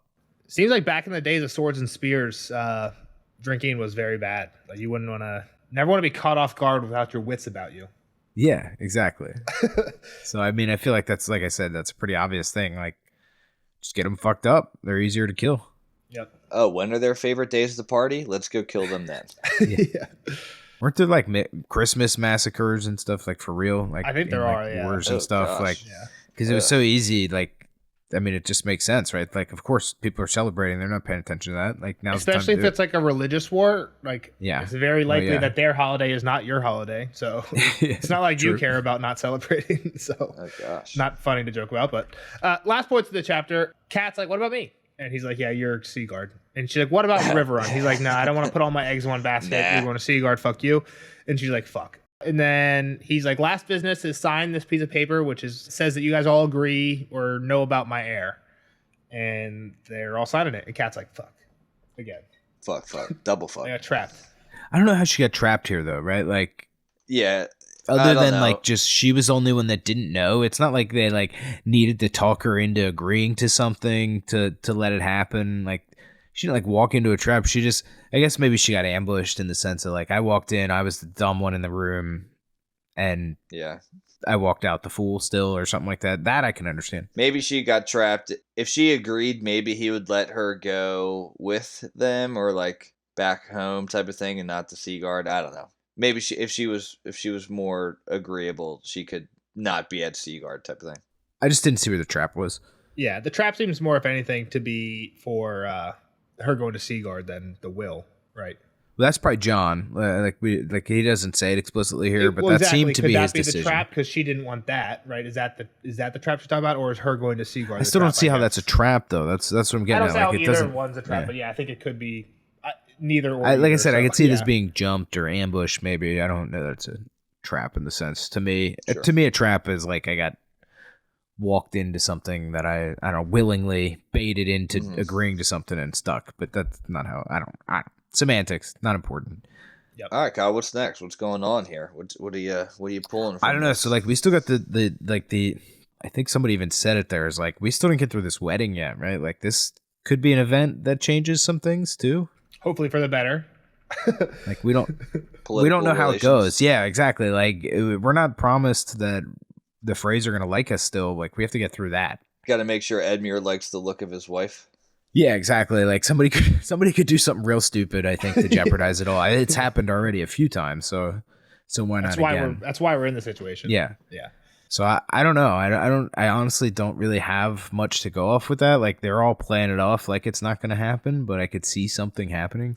It's interesting, like, because kind of like you said at the beginning, like this is like the main news in the kingdom is this big war, and like we get pieces are moving finally. Yeah. We got 3 weeks of this in one chapter. I'm gonna go out on a limb and say, so here's my logic on this, and it's some book or like outside knowledge kind of, I guess. I've used this for my predictions in the past, but like, so Catelyn can't go to Seaguard in my opinion, right? Like that's like sending her to narrator hell of like, why would she be there for us? Right? Like again, like that's kind of, like I said, that's kind of using that. Like, so I'm thinking maybe she does something dumb at the Freys here or some way to stick around at least in this region. So we get some knowledge from here. Maybe we'll find out where Arya gets it from. She'll be like, "I hate you guys," and just run off into the rain. Yeah, I can't see her doing that. No, obviously. I could see maybe her Go trying hide to get behind the wall. married to somebody, or blowing up somebody else's spot, or like because she the whole time through this chapter she's like, they couldn't handle Walter, they couldn't handle this, they can't handle that. I could see that coming back to bite her in a way of like she was the one that couldn't handle it. Cat's gonna cat. So like I said, that's I don't know how wholehearted I am behind that, but that's a hypothesis that why not? I'll shoot it. There you Shoot go. that shot out there. All right. I don't have any more pointed questions for Kyle, so We'll see Kyle in the next one for, I don't even know, Samwell. Oh my it God, 3? Samuel 3. Come on, grow I think up. it's 3, right? He killed the white, then Mormont's Crasher's Yeah, house. I think it's was 3. bad. Yeah. Samuel 3. Bye, Kyle. Bye. See you guys in the spoiler section. Later, nerds. Spoiler alert! Spoiler alert!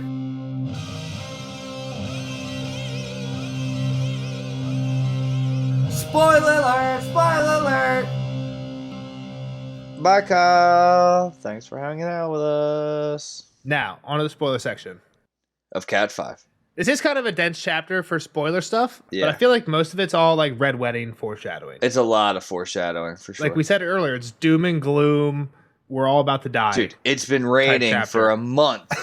Raining for a month. That's ridiculous. Yeah, exactly. I think there is a lot of red wedding foreshadowing, like even, and I think Kyle's kind of picked up on it, but like when he gave his prediction at the end, it wasn't like he was like, oh, something's gonna happen at this wedding. Like they're kind of making plans past this wedding, and they haven't gotten through it yet. And spoiler alert, they're not going to.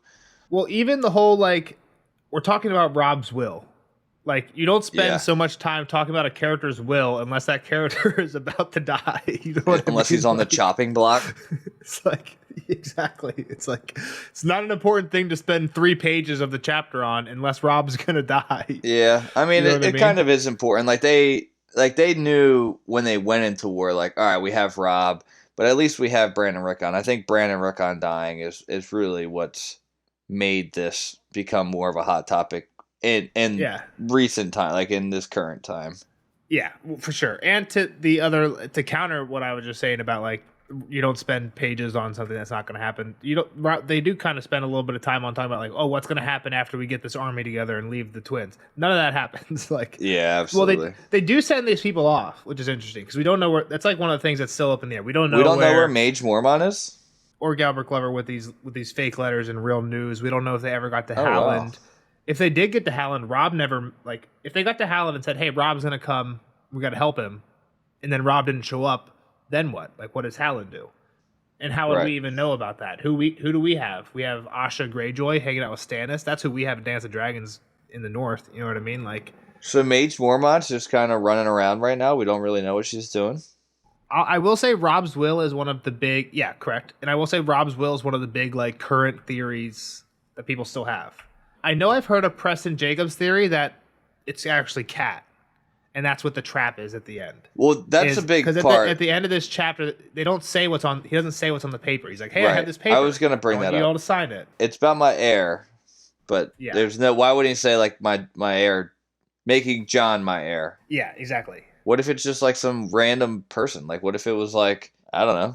So I know Preston's theory is it's Cat, and that's why she says, "Oh, I got trapped. Like, I hope that we win the trap on Mo Catelyn as well as he just trapped me because like."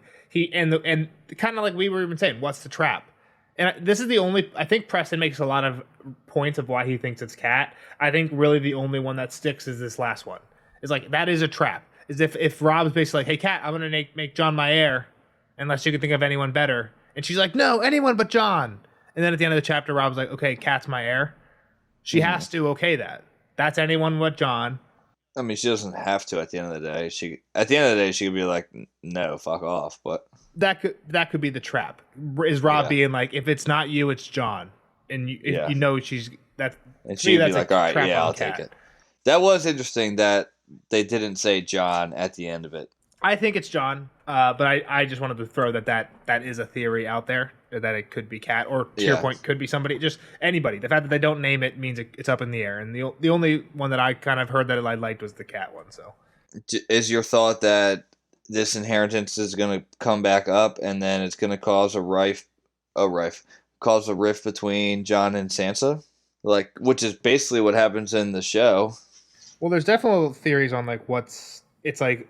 I think part of the Rob's will thing plays into the Grand Northern Conspiracy, which basically says there's a bunch of northern houses that are kind of secretly working to put Jon on the throne, even though Jon doesn't know it yet. And I think a lot of that stems from why would they be doing that? Oh, because that's what Rob wanted. So whether or not Jon knows that he's the heir. So like, why is Wyman Manderley doing some of the stuff he is at Winterfell with the phrase? Why is this person doing that? Yeah. Why is this person? there's again, I don't know it off the top of my head, but I think a lot of that stems from that they know of Rob's will because Mage Mormont or Galbert Glover made it through. One of them made it through. The North got word, and now there's like a secret plan to get Jon on the throne because of Rob's will. Gotcha. And it's going to be weird zombie Jon. Yeah, weird white Jon for sure. Not normal Jon. All right, let's talk about the Westerlings. Jane's not getting pregnant because mom's pumping her full of tansy tea. Yep. Very possible. Grey Wind is sus around him. I don't know if you caught that, but like when Rob and Jean are talking when she rode an hour out to meet him, Grey Wind's like pacing around the whole time, and as soon as she fucks off, he fucks off too. So it's like when he is near her, Grey Wind's sus, which I think again kind of points to Kyle's being right on this one. Yeah, Kyle's pretty on top. I don't know if it's 100% confirmed that he's right, but he's like pretty. I think he's pretty right. We know that I think Sabelle at least is working with the Lannisters. Whether Jean is in on it or not is the mom. Yeah. Whether Jean is in on it herself or not is up in the air. But it seems like Sabelle, is in on it. I feel like she would, if she was in on it, she wouldn't need to ride an hour to see him. Like he's already kind of, he's in love with you. Like you can stay if you were faking it, you could stay inside. Yeah, you don't ride an hour through the rain for a fake marriage. Yeah. Especially if you've already sold him, right? Like he's already bought in. Round trip. Right, he's already bought in. You don't need to get out there if he's bought in. Yeah.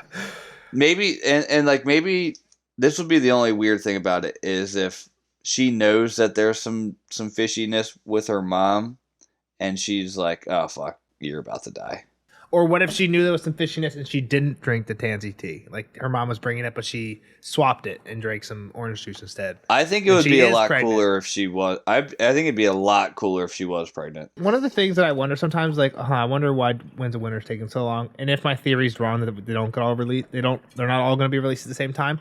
One of the things I've considered is like, what if George is just like, you know what, that they didn't like that show ending. Let's go back and change some things that we could change that would drastically alter it. Because when George's writing, he's a gardener, so I'm sure at one point he thought, he probably even wrote a couple chapters where there is a baby, and he probably was like, scrap that, let's go the route where there is no baby. I wonder if when the show happened, he's like, you know what, let's go back and pull some of those crumbled chapters out of the trash can and just go a different route. Or even if he saw like anything from the show, like Danny going mad. Like, what if people hated that so much, but that was, like, his plan all along, and he's like, oh, fuck, I gotta... Like, I'm sure he would do it differently. Like, it wouldn't be like this quick switch, people have asked him in interviews, like, hey, the fans love this shit. Do you look... Like, you were a huge fan. Like, he was on all these fan boards for other books that he loved when he was younger. And they're like, do you ever read the Song of Ice and Fire fan stuff? And he's like, I used to love... seeing how much people love my work, but then I would see people be like, oh, what about this thing? And then sometimes they were right, and I was like, oh, do I change it now? And he's like, and sometimes they had something better than what I thought of, and he's like, oh, do I incorporate some of that? Yeah. And he's like, and I hate and he those just thoughts. Never finished. He was just never finished at that point. Yeah. He said he stopped reading fan stuff because of that, but I don't know. In today's day and age, I don't know if you can completely avoid it, but again, he's a different generation. Like, I doubt he's on his phone all the time. He might not even have an iPhone. I definitely don't think he'd ever be on, like, every forum out there that's talking shit or praising him or, like, creating all these crazy theories and ideas. But the outlash of what happened after season 8 and just, like, it getting dragged through the mud of, like... You're right. That's kind of a different scale. Remind me to never write a chapter where... Podrick is singing in the hall because like that was the worst scene ever. People like that, but okay, yeah, I know you didn't. You liked it. That's why I picked that one because you loved that scene for no reason. Speaking of songs and the song Podrick singing, I think that's actually like 2 chapters in a row. I brought that up. Well, it's because it's the Jenny song. So I don't really have anything. We kind of talked about it with Kyle. I will say we do hear one line of this song in the epilogue of this book. Do you remember who the epilogue is? I'm going to mention this to you recently. That means the last chapter. It's the opposite of prologue. I'm trying to think of like, is it not a normal POV? Nope, unnamed. Well, we know who it is. It's Dark Star. It's Dark Star. It's Merritt Frey. I have no clue who the fuck Merritt Frey is. He was supposed to go ransom a Frey who the Brotherhood Without Banners has captured. and he goes and he's supposed to go meet them at, I think he meets them at Old Stones. And when he comes in, he sees Perwyn, who is the Frey he's supposed to be rescuing, hanging from a tree. Dead. And Tom is sitting there singing Jenny's song, and Lady Stoneheart's there, and she's like, "Yep, hang him up." Dun, And it's dun, the first time we dun. see. It's the first time we see Lady Stoneheart. But while they're there, Which brings me to something cool. Then what Tom is singing is Jenny's song, Okay. and I think it's the only time we ever get a line, and he says, "High in the hall of the kings who are gone, Jenny would dance with her ghosts." So again, I think it's interesting. Even Kyle pointed out they said the Hall of Kings for Harrenhal. Right. Now they call this place the Hall of Kings. I think Jenny's song definitely relates to Summerhall, right? Because that's where like all the tragedy happened. where I think you could relate all three of these castles. I think they all count as the Hall of Kings. Right. At some point, a king had lived there, so sure. Yeah, at all of these places. Yeah, I think they're all ruins, right? They're all no longer where kings live, which again I think kind of goes back to this. Right.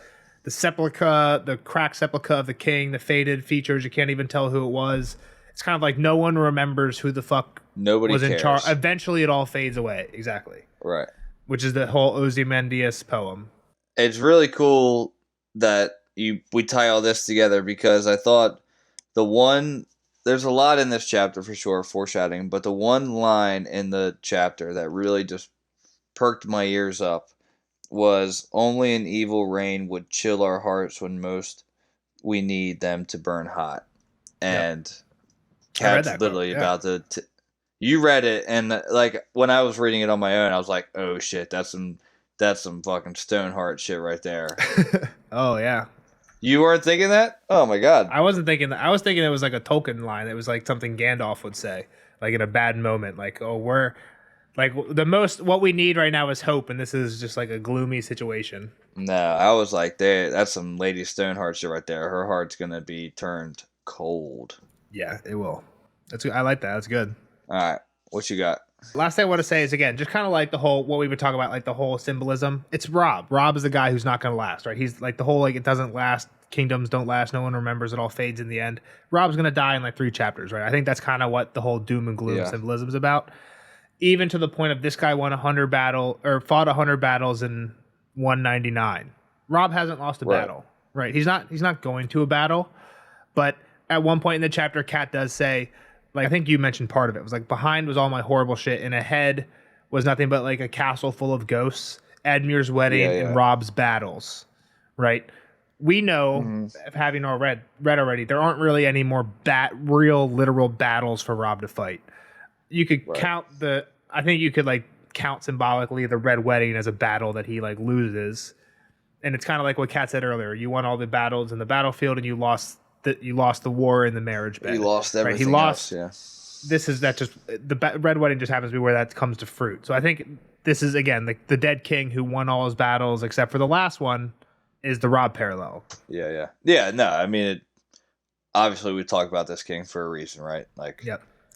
And the last thing I have is when Kat is talking about if Rob would the whole Rob and John kill your kid, like your kids might not be eye to eye type thing. Mm-hmm. I was just getting like Robert vibes, right? Like, oh, I get that you guys are best friends and you trust him with everything. That doesn't mean he won't try and kill your kids, right? Ned trying to kill Joffrey.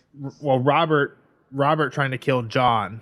It's kind of like you could see Lyanna having this conversation with Ned, being like, that's why Ned kept John a secret because he knew that pretended Robert it was still... Yeah, exactly. Yeah, right. Like, he would never kill your kid. It's like, yes, he would. You got to pretend he's somebody else type thing. Yeah, I could see this. It just kind of gave me like a Ned. It's not 100% parallel, but it's like no, for sure. I mean, that's a really interesting. Yeah, point. you think he's your friend, but yeah. Like Ned, if it's true, Ned literally kept that secret from his best friend because he knew that it wouldn't matter. Now, I do think that Rob, because also Rob here is saying like John's the only brother I have left. What we know is that if the Rhaegar Lyanna is true, they're not really brothers. They're cousins. Right. Which isn't like not family, but like it's not that brother relationship. It's more of a friend relationship, I guess, right? Like where it's like Ned and Robert aren't related at all. But I think it kind of like matches them more where Rob's like, he's my brother, but like, no, he's not your brother. He's just your like really good friend pretty much. And just the other thing about like, well, we still have Rob. Like it's definitely, like, what happens if he would just legitimize Jon? Like, I guess it's out there. I guess this fucking document's signed. So maybe at some point we're going to get a legitimized Jon, which, whatever. If he's not actually, like, full Stark, he's going to go Targaryen. But... Oh, that's interesting. I didn't even think about that. You're saying that Rob's will not only says Rob comes after me, but kind of like we were talking about with Kyle, is like, yeah, you should put like a stipulation that like Rob's only not or Jon's only not a bastard if I die. What if Rob didn't put that stipulation in? And the will reads more like, hey, Jon's not a bastard. Also, if I die, he's in charge of everything. Right? If that happens... Yeah. Because like in the show, I think what they did, right, was Rhaegar actually got his marriage annulled. Yep. And then he married Lyanna legit. Say that doesn't even happen. So Rob wasn't a bastard, or Jon wasn't a bastard. Jon was never a bastard. But say that we don't find that out. And Jon actually is a bastard, but he's not a bastard to Ned. He's a bastard to Rhaegar and Lyanna. But Jon's will doesn't say, hey, Jon's only not a bastard if he's actually my dad's son. Why would you put that stipulation in? It just says, hey, Jon's not a bastard anymore. And then we do find out that he's Rhaegar's bastard. Yeah. But now he's not Rhaegar's bastard. Now he's a true Targaryen. Rob accidentally made Jon a Targaryen heir instead of a Stark heir. I could definitely see that. I mean, I don't think... Yeah, I mean, that could it's be the whole wild. Tarkov's gun thing, right? You don't say there's a gun on the wall in chapter 1 unless somebody shoots somebody with a gun in chapter 5. You don't mention Rob's will, and they spend a lot of time on Rob's will unless it comes back up. Right. And it never comes back up in the next 2 books. So I think, yes, it will come back up and it will affect something. What that is the great question. I just think it's interesting, too, like, if Rob gets legitimized, he ends up becoming the eldest brother. Like, say, we don't know what's going on with Bran and Rickon. Oh, you're saying that Jon also beats out... Yeah, that's true. He's... Right? Like, if he's... Or does... It could just create a civil war in the North right there. Like, no, fuck that guy. He's a bastard. Like, we have the legitimate heir right now. Between just the great houses, too. Like, if Bran and Rickon come back... If they all come back to Winterfell with this will... And Jon, Bran, Rickon are sitting at the table. Would Jon...